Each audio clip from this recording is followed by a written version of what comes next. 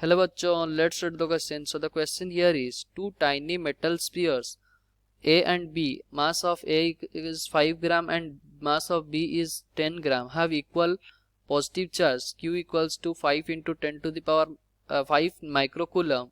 The spheres are connected by massless non-conducting string of length d equals to 1 meter, which is much greater than the radii of the spheres. Suppose you caught the string uh, at that instant, what is the acceleration of each sphere? Okay तो question क्या पूछ रहा है, हमारे पास दो metal spear है, छोटे छोटे मेटल स्पीयर है जिसका मास है 5 ग्राम और 10 ग्राम और चार्ज उनमें है 5 माइक्रोकूलम का, दोनों में चार्ज है. ओके तो हमें पूछा गया है कि अगर वो कोई मासलेस कंडक्टिंग स्ट्रिंग से कनेक्ट किया गया है और हम उसको काट दिए. Okay suppose you cut the string, तो एक्सेलरेशन ऑफ ईच स्फीयर कितना होगा वो निकालना है. So the key concept of question here is force of two charges, force between two charges. ये क्या हो जाएगा, हमें क्या पता है, फोर्स बिटवीन टू चार्जेस कितना लगता है, that is Coulomb's force, that is k into q into Q1 into Q2 upon r square.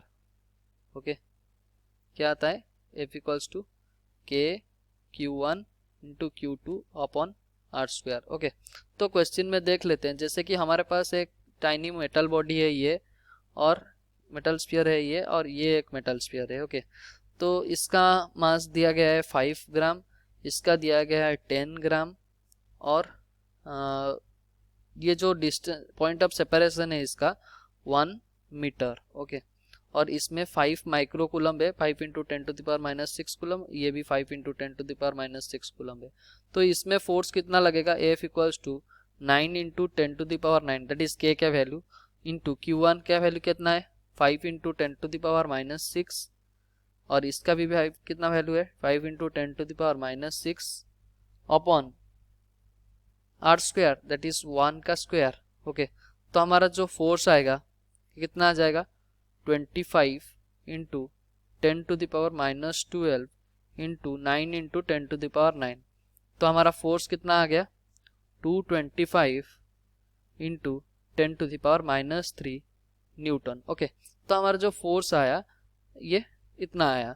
तो एक्सेलरेशन ऑफ ये मास ए है, ये मास बी है, तो एक्सेलरेशन ऑफ मास ए अगर निकालेंगे हम क्या लिखेंगे, और ये हमारा क्या है, जो हमारा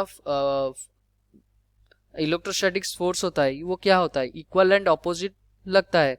मतलब जो फोर्स लगेगा किस डायरेक्शन में, इस ए के लिए उस डायरेक्शन में लगेगा, बी के लिए इस डायरेक्शन में लगेगा, but F due to F on A due to B is equals to F on B due to A. Okay हम ये हमारा जो हमारा जो कूलम्स फोर्स होता है, ओके फोर्स हमारा क्या होता है F on A due to B equals to F on B due to ए.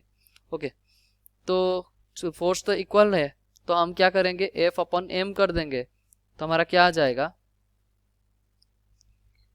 हमारा फोर्स पहले तो लग रहा था 225 into 10 to the power minus 3 upon, okay ये मास कितना है 5 ग्राम, तो 5 ग्राम को केजी में अगर कन्वर्ट करें 5 into 10 to the power minus 3, तो यहाँ से हम बोल सकते हैं ये कितना लग रहा है 45 मीटर पर सेकंड स्क्वायर.